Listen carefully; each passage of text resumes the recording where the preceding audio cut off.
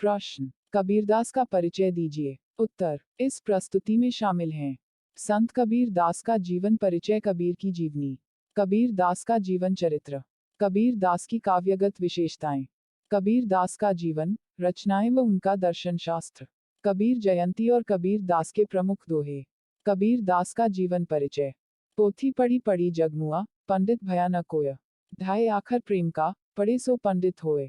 आज हम एक ऐसे व्यक्ति की विराट छाया में खड़े हैं जिनके नाम का अर्थ महान होता है।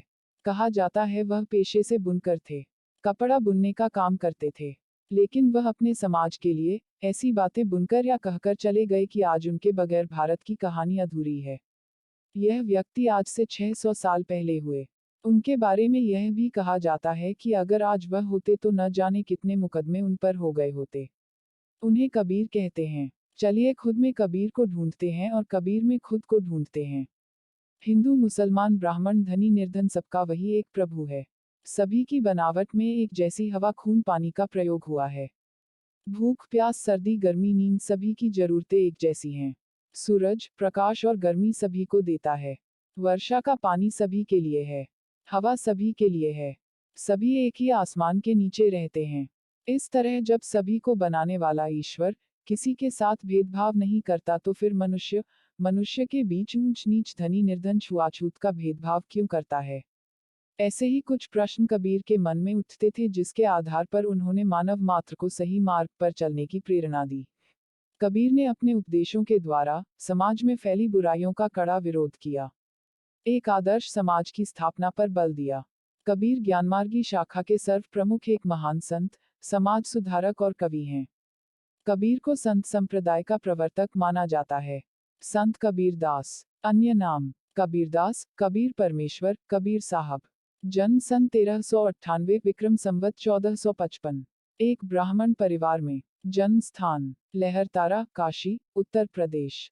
पिता पालने वाले नीरू जुलाहे, माता पालने वाली नीमा जुलाहे। कर्म क्षेत्र संत ज्ञानाश्रयी निर्गुण। कवि समाज सुधारक। जुलाहा कर्मभूमि काशी, उत्तर प्रदेश। शिक्षा निरक्षर पढ़े लिखे नहीं। पत्नी लोई, बच्चे एकमाल पुत्र, कमाली पुत्री। गुरु रामानंद जी, गुरु सिद्ध गोरखनाथ। विधा कविता, दोहा, शब्द। विषय सामाजिक व आध्यात्मिक। मुख्य रचनाएं शब्द रमैनी बीजक कबीर दोहावली कबीर शब्दावली अनुराग सागर अमरमूल। भाषा अवधि सुधकड़ी पंचमैल खिचड़ी भाषा। मृत्यु सन 1519 विक्रम संवत 1575। मृत्यु स्थान मगहर, उत्तर प्रदेश। कबीर जयंती प्रतिवर्ष ज्येष्ठ पूर्णिमा के दिन। कबीरदास जी का प्रारंभिक जीवन। कबीरदास जी ज्ञानमार्गी शाखा के एक महान संत व समाज सुधारक थे। कबीर जी को संत समुदाय का प्रवर्तक माना जाता है। कबीरदास जी का जन्म विक्रम संवत 1455 अर्थात सन 1398 ईस्वी में हुआ था। प्राचीन मान्यताओं के अनुसार इनका जन्म काशी के लहरतारा के आसपास हुआ था। यह भी माना जाता है कि इनको जन्म देने वाली एक विधवा ब्राह्मणी थी। इस विधवा ब्राह्मणी को गुरु रामानंद स्वामी जी ने पुत्र प्राप्ति का वरदान दिया था, जिसके परिणामस्वरूप कबीर दास जी का जन्म हुआ। लेकिन उस विधवा ब्राह्मणी को लोकलाज का भय सताने लगा कि दुनिया उस पर लांछन लगाएगी। इसी वजह से उन्होंने इस नवजात शिशु को काशी में लहरतारा नामक तालाब के पास छोड़ दिया था। इसके बाद उनका पालन पोषण एक मुस्लिम जुलाहा दंपत्ति नीरू और नीमा ने किया था। इस जुलाहा दंपत्ति की कोई संतान नहीं थी। इन्होंने ही कबीर दास जी का पालन पोषण किया। कबीरदास जी के जन्म की अन्य मान्यताएं। कबीर पंथ की एक दूसरी धारा के मुताबिक कबीर लहरतारा तालाब में एक कमल के फूल पर बाल रूप में प्रकट हुए थे। वह अविगत अवतारी हैं। यहीं पर वह बाल स्वरूप में नीरू और नीमा को प्राप्त हुए थे। इसके लिए कबीर साहब की वाणी आती है। गगन मंडल से उतरे सतगुरु संत कबीर, जल्द माही पोढ़न कियो सब पैरन के पीर। कबीर के जन्म से जुड़ी तमाम किंवदंती अपनी जगह मौजूद है। कहीं कहीं इस बात का भी जिक्र आता है। कबीर का जन्म स्थान काशी नहीं, बल्कि बस्ती जिले का मगहर और कहीं आजमगढ़ जिले का बेलहारा गांव है। वैसे कबीर को इससे कोई फर्क नहीं पड़ता कि उनका पालन पोषण करने वाले किस धर्म के थे। वो मुसलमान थे या हिंदू, तुर्क थे या सनातनी। यह सवाल कबीर के लिए बेईमानी है।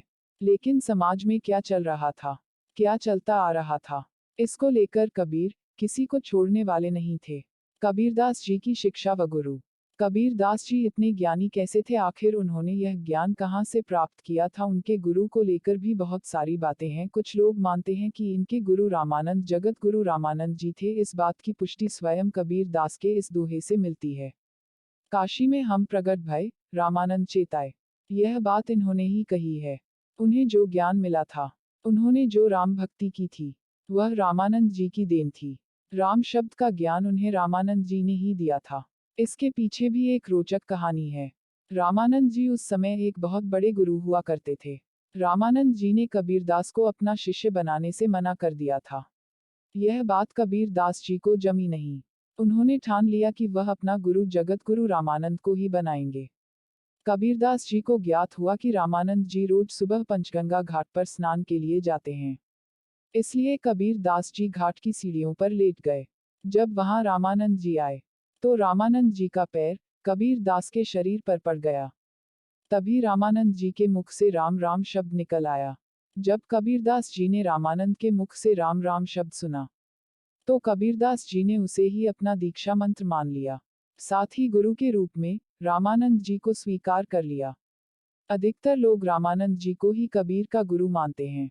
लेकिन कुछ लोग ऐसे भी हैं जो मानते हैं कि कबीरदास जी के कोई गुरु नहीं थे। उन्हें जितना भी ज्ञान प्राप्त हुआ है, उन्होंने अपनी ही बदौलत किया है। कबीरदास जी पढ़े लिखे नहीं थे, इस बात की पुष्टि के लिए भी दोहा मिलता है। मसी कागज छुओ नहीं, कलम गई नहीं हाथ। अर्थात मैंने तो कभी कागज छुआ नहीं है और कलम को कभी हाथ में पकड़ा ही नहीं है। कबीरदास जी के प्रमुख शिष्य। कबीर के प्रिय शिष्य धर्मदास थे। कबीर अशिक्षित थे, लेकिन वह ज्ञान और अनुभव से समृद्ध थे। सद्गुरु रामानंद जी की कृपा से कबीर को आत्मज्ञान तथा प्रभु भक्ति का ज्ञान प्राप्त हुआ। बचपन से ही कबीर एकांत प्रिय व चिंतनशील स्वभाव के थे।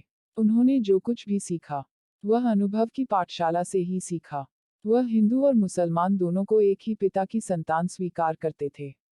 कबीरदास जी ने स्वयं कोई ग्रंथ नहीं लिखे, उन्होंने सिर्फ उसे बोले थे।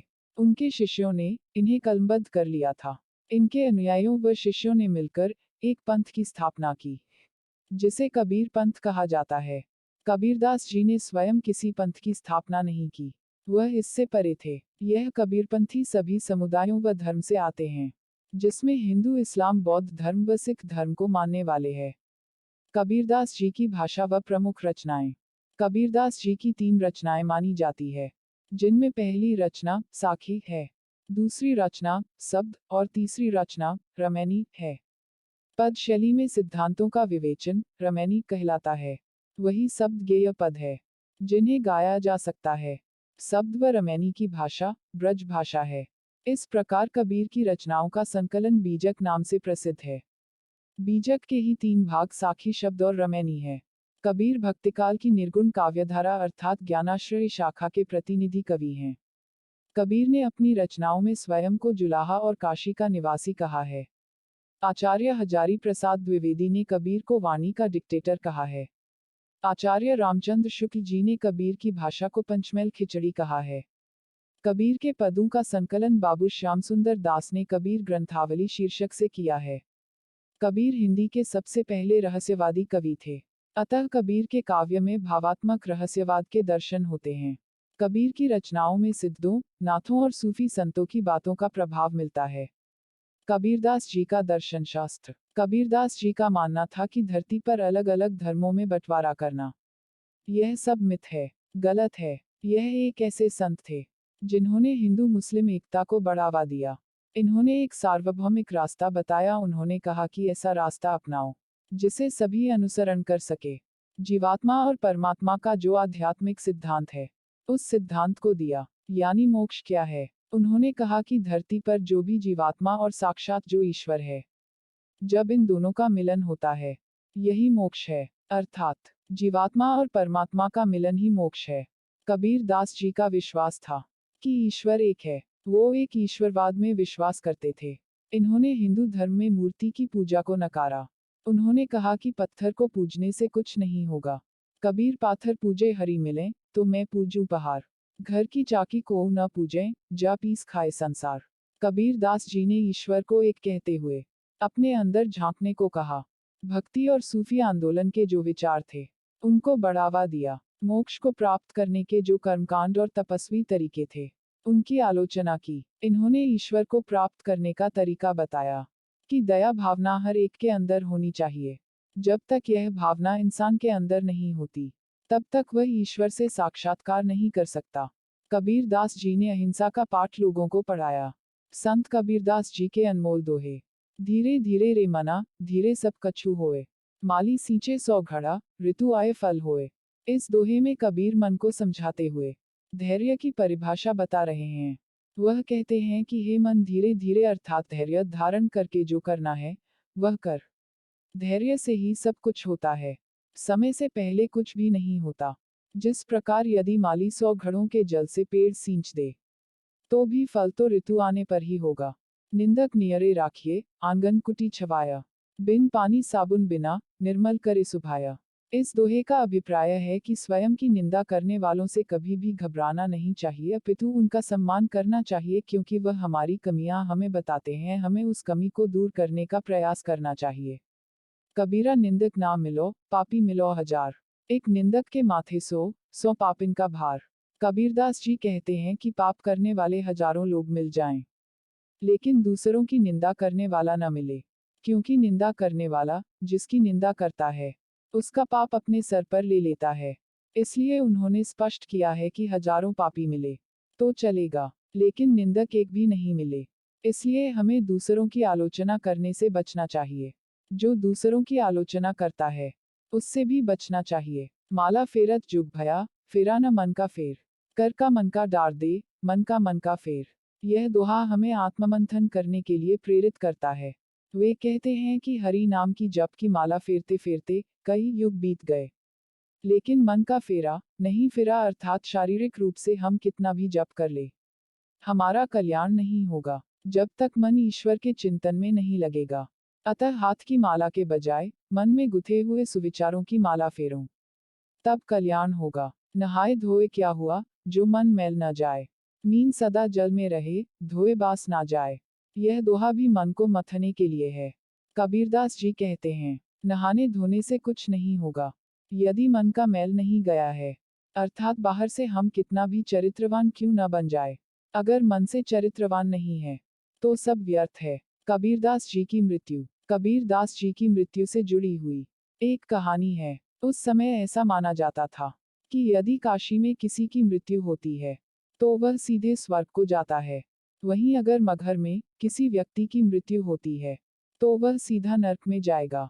ऐसी मान्यता प्रचलित थी। कबीरदास जी ने इस मान्यता को तोड़ने के लिए अपना अंतिम समय मगहर में बिताने का निर्णय लिया।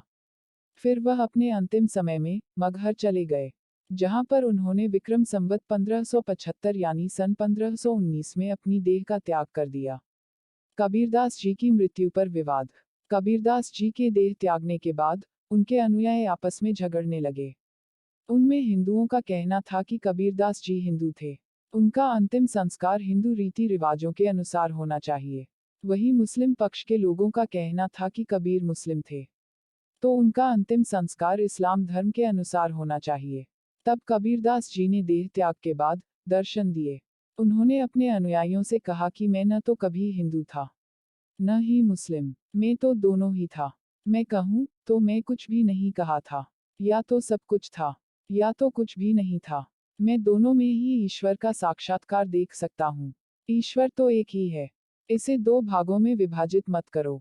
उन्होंने कहा कि मेरा कफन हटाकर देखो। जब उनका कफन हटाया गया तो पाया कि वहां कोई शव था ही नहीं, उसकी जगह उन्हें बहुत सारे पुष्प मिले। इन पुष्पों को उन दोनों संप्रदायों में आपस में बांट लिया। फिर उन्होंने अपने अपने रीति रिवाजों से उनका अंतिम संस्कार किया। आज भी मगहर में कबीर दास जी की मजार व समाधि दोनों ही हैं। कबीरदास जी की जयंती। कबीर दास जी का जन्म विक्रम संवत 1455 की ज्येष्ठ शुक्ल पूर्णिमा के दिन हुआ था।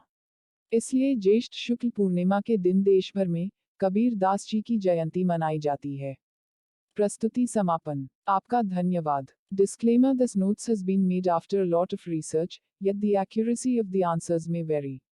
The author assumes no responsibility or liability for any errors or omissions in the content of this notes.